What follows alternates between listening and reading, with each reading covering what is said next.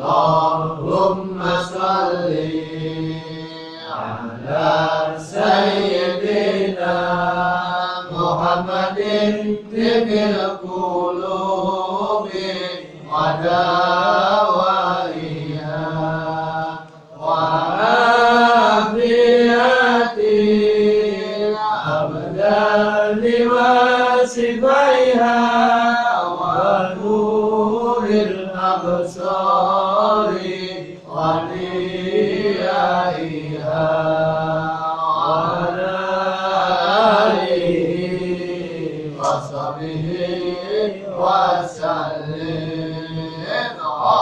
Allahumma sholli ala sayyidina Muhammadin tibbil qulubi wa dawaiha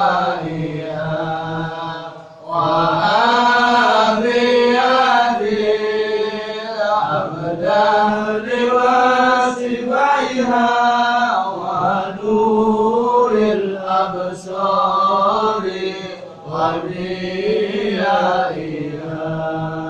wa ala alihi wa sahbihi wa sallim.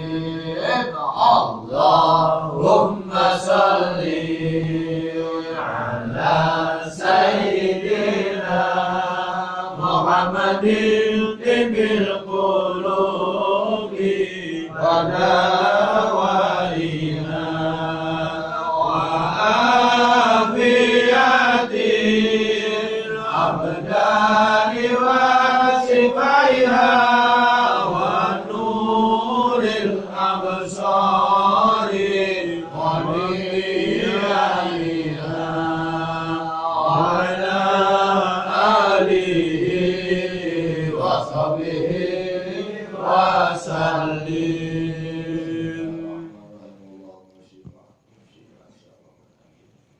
Syahadana wa afiyatana wa wahidana wa wahidana ma'al. Ya Allah, mugi keparang paduka paling besar saking kamafiah, mugi sedaya kemawon saking kawadha-wadha kaulan ingkang kembali pinaringan kajian kelak, mugi pensul wasil kamu ya Allah.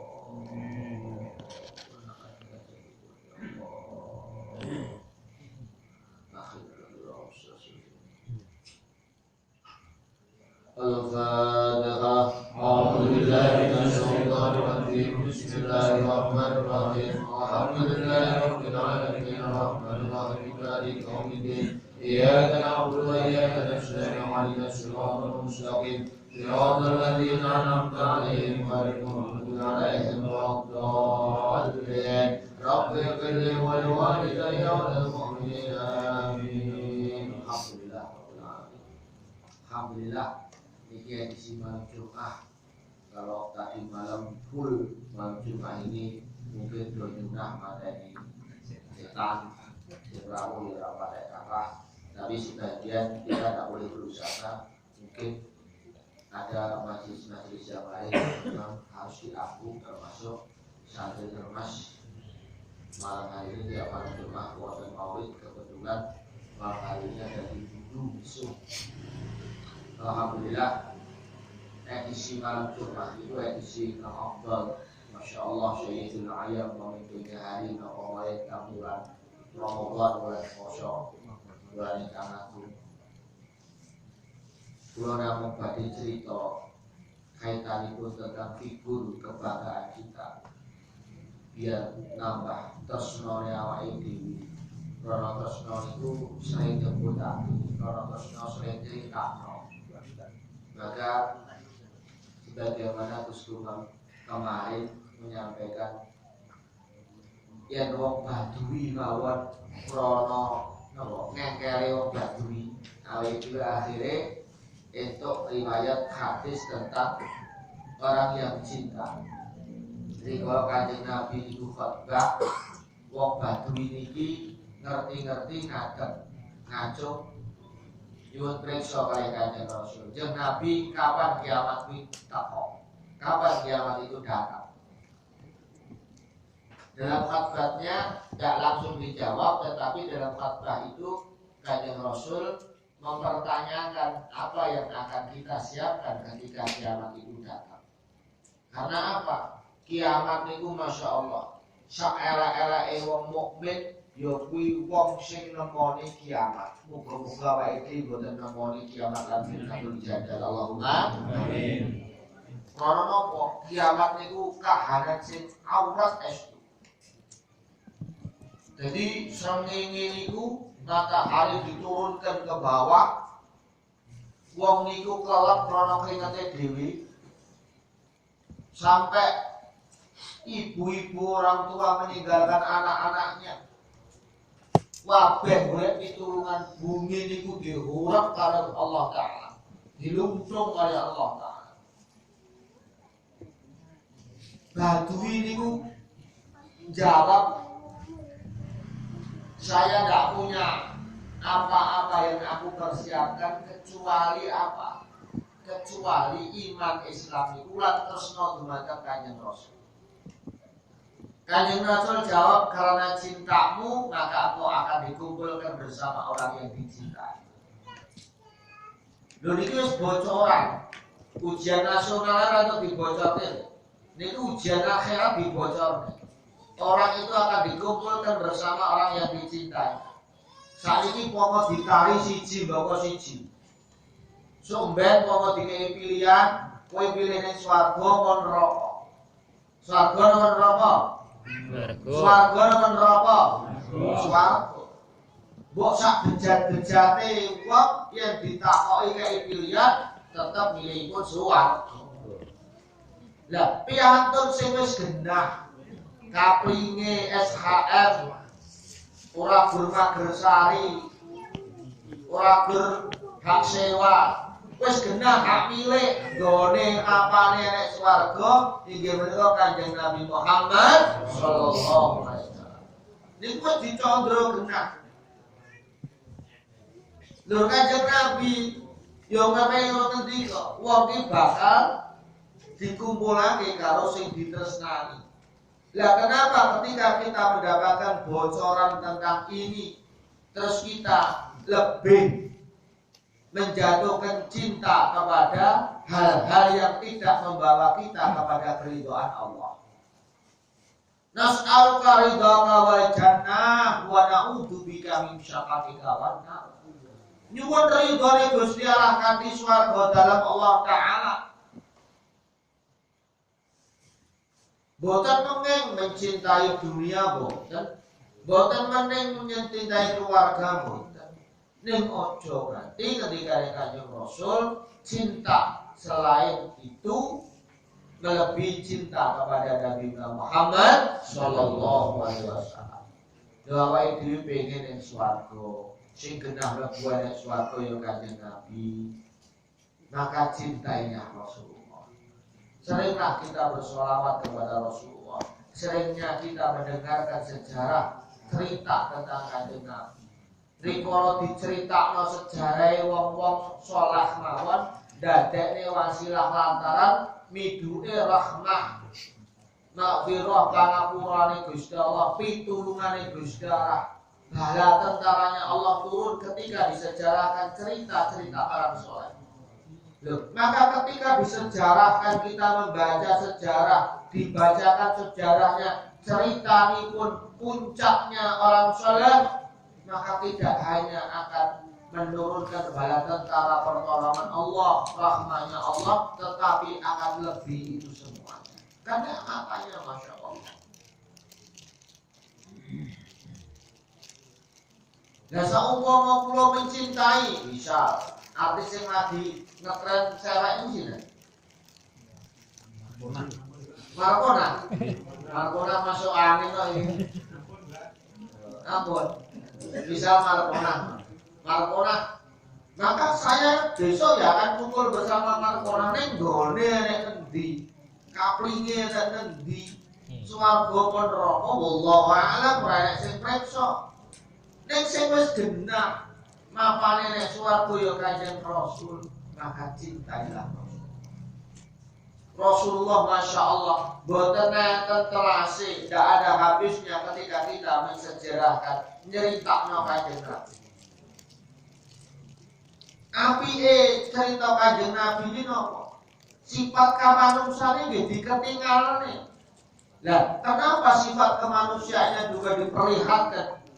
Sama Rasulullah malah ditunjukkan tentang kesifat kemanusiaannya gitu. Nanti gerak, yo dahar, yo sare, yo kumpul keluarga, yo amor bawa teparu. Ini kan sifat manusiawi. Dalam sirah-sirah itu diperlihatkan bagaimana Rasulullah niku nanti gerak. Bahkan salah satu asbabul nuzul tentang turunnya surah An-Nas itu adalah ketika Rasulullah diuji. Bukannya Rasulullah niku nun sewu tumomo boten. Ning gen awake dhewe ketika mendapatkan hal yang serupa, kita dapat mencontohnya dengan melakukan hal seperti yang dilakukan Rasul. Rasulullah nanti dipendeteng kemari, diambil satu helai rambut beliau, dibawa seorang Yahudi, wanita Yahudi, tukang jengges, kandung. Akhirnya nopo? Rambut niki ditindih waktu tenggen sumur sing wis rakan. Saat itu Kanjeng Nabi demam. Dijengges Kanjeng Nabi, maka turunnya surah An-Nas. Bismillahirrahmanirrahim. Qul a'udzu birabbin nas, malikin nas, suatu ayat. Niku nggih napa? Ditombone pagere. Wasilah nyuwun Gusti Allah ning kanthi ngata-ngatane mau surah An-Nas. Ini cerita tentang Rasulullah, banyak hal sifat kemanusiaan. Selepas kecelakaan syariah umatnya Nabi Isa alaihissalam, orang soleh Kanjeng Nabi Isa. Kanjeng Nabi Isa itu soleh karena itu kapan itu soleh. Ini dadekne nopo? Maka figur itu menjadikan umatnya itu berita. Maka berat Kanjeng Nabi itu ajeng jejekne syariat. Rono contohnya saat nulis berita. Maka sifat kemanusiaan kita. Cerita tentang Rasulullah Sallallahu Alaihi Wasallam. Bagaimana beliau itu dua sifat raufur rahim welas asih, akhlaknya masya Allah. Rasulullah ketika di Madinah, niki di pinggir dekat pasar kota Madinah, niki ada seorang Yahudi sing nuwun sewu buta. Tiap hari pekerjaannya cuma mencaci, maido, misui Kanjeng Rasul. Muhammad sing jare niki pembohong, Muhammad tukang sihir, Muhammad penipu dan lain sebagainya. Niku boten digubris Kanjeng Nabi. Singkat cerita beberapa tahun berikutnya, selepas meninggalnya surut sidanipun Kanjeng Rasul, Sayyidina Abi Bakr Siddiq radhiyallahu anhu. Sayyidina Abu Bakar niki dangu anake wedok putrinipun yo kepener garwane Kanjeng Nabi. Aisyah, kira-kira apa sing gawene dilakoni Kanjeng Nabi garwamu sing aku ki ora tau nglakoni. Hebatnya para sahabat. Kepengen begitu ada di belakang menapak jalan Rasulullah, plek neng bumi. Kami ngarep-arep nopo? Gen katut. Lajeng Sayyidah Aisyah niki matur, "Bi, napa wong jenengan niku nggih bendinten pun amar jeung Rasul swargi. Salat nggih sareng mbek jeung Rasul. Sedanten pun mesti enek sing durung nitak lakon. Tuh nggih enten bi.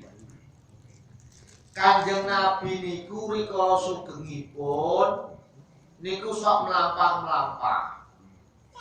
Lah enten sak pinggire pasar Madinah niki enek wong Yahudi buta tur pun sepuh. Penggaweane maido nyaji Kanjeng Nabi. Kanjeng Nabi niku boten malas, malah beliau dari tangan beliau menyuapi sendiri orang buta. Gelandangan motor iki didulang Kanjeng Nabi.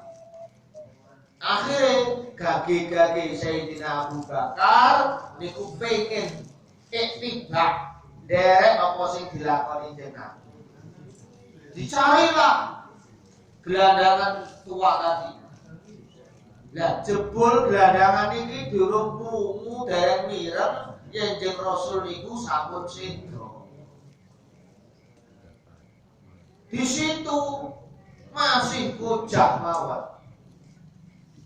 Muhammad mencaci maki hal-hal yang buruk, menceritakan, mengucapkan yang buruk tentang Rasulullah. Sakwat Sayyidina Abu Bakar niki nuwun sewu, atine niku panas. Sakwat niku krungu.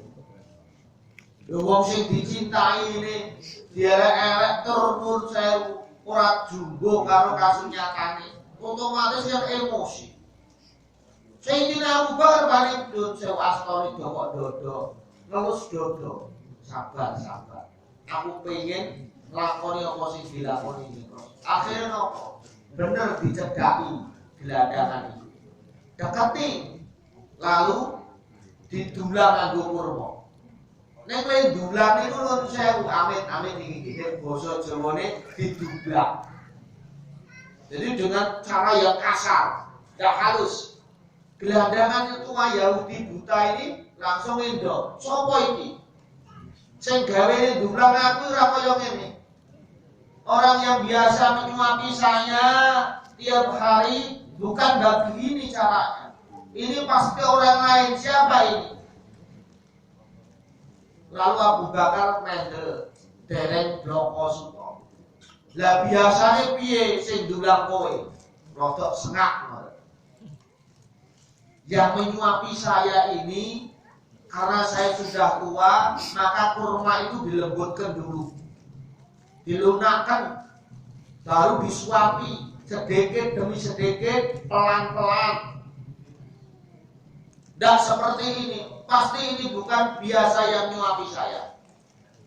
Sayyidina Abu Bakar krungu sekolisane gelandangan Yahudi ini wong sakwat nangis ngeblok Sayyidina Abu Bakar.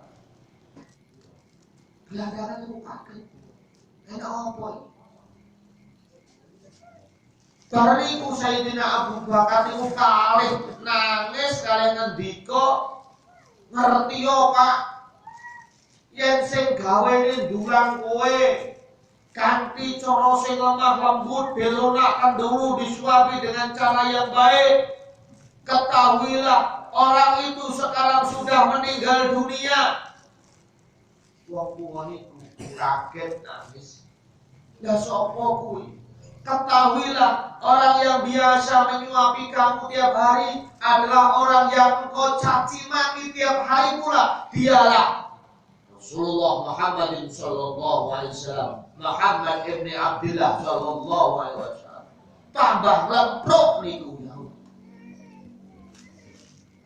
Beberapa saat dipegang grape asmane wuto Yahudi itu dipegang tangan Sayyidina Abu Bakar. Nah ini siapa? Aku Abu Bakar. Wahai Abu Bakar, engkau yang menjadi saksi. Asyhadu an la ilaha illallah Muhammad Rasulullah. Saat itu pula Yahudi itu masuk Islam.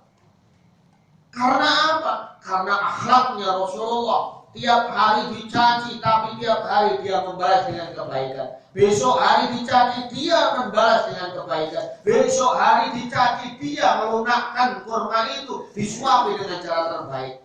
Tidak pernah membalas dengan keburukan. Ini yang dilakukan datuk-datuk kita, yang dilakukan orang-orang tua kita, yang dilakukan tuan-tuan guru kita, para romo yai kita, yang ikuti jalannya Rasulullah Shallallahu Alaihi Wasallam. Dan pasti jelas. Lihatlah apa yang dilakukan orang-orang tua kita. Sampai Mbah Sunan Bonang niku duwe wasiat. Wanehono klambi marang wong kang muda, wahono teken marang wong kang muda, wahono pangan marang wong kang muda. Islam mengajarkan selepas kita baik kepada Allah Ta'ala, maka kita pun harus baik kepada sesama. Islam itu Masya Allah yang dicontohkan Rasulullah banyak cerita.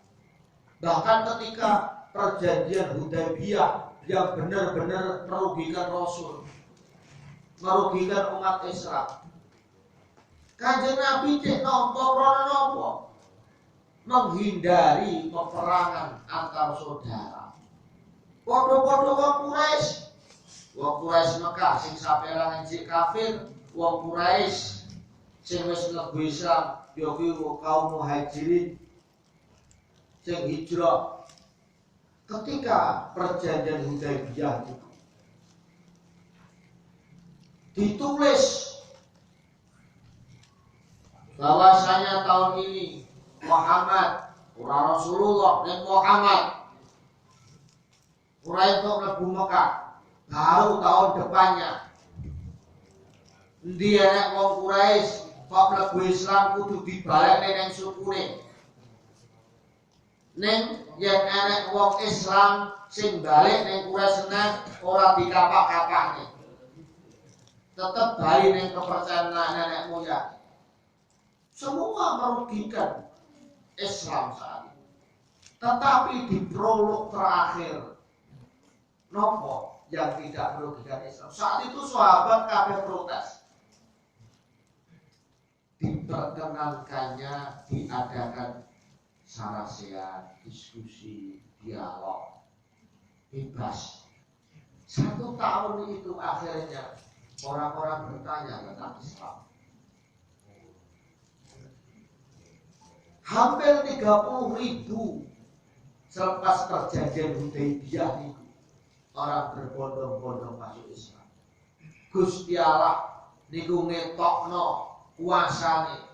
Perjanjian yang ditulis, yang diletakkan di pintu Ka'bah niku akhirnya nopo entek kotok kalau dipangan rayap. Rasulullah figur sing boten enten tandinge. Maka kenalkan diri kita kepada Rasulullah Shallallahu Alaihi Wasallam, kenalkan keluarga kita, anak cucu kita, teman-teman kita. Bagaimana jeung Nabi itu, Masya Allah. Dan hampir yang diceritakan kepada kami semuanya bukan hanya tentang mukjizatnya Rasul, malah tentang mukjizat Rasul ya memang benar diceritakan, tapi tidak terlalu banyak. Tetapi sifat kemanusiaan Rasul ini yang diceritakan. Maka dengan Ramadan ini semoga kita dapat membaca kembali, baca ulang, tidak harus yang berbahasa Arab, berbahasa apapun tentang sejarahnya Rasul, cerita tentang kepribadian Rasul. Jangan sampai kita, keluarga kita, kok orang ngerti tentang nasab keluarga Rasul. Sopo to ramane Kanjeng Nabi, sopo to ibune Kanjeng Nabi. Yang zaman riyen awake dhewe kelingan krana sering dipujian. Sayyid Abdullah ramanipun, Siti Aminah ibunipun. Kakeknya siapa? Pamannya siapa? Dan yun hadiah Fatihah moga kita kirimkan kagem sinten kagem Sayyidah Khadijatul Kubra pendamping Rasulullah. Mugi Allah paring keberkahan wonten barzakh puripun al-Fatihah. Allahumma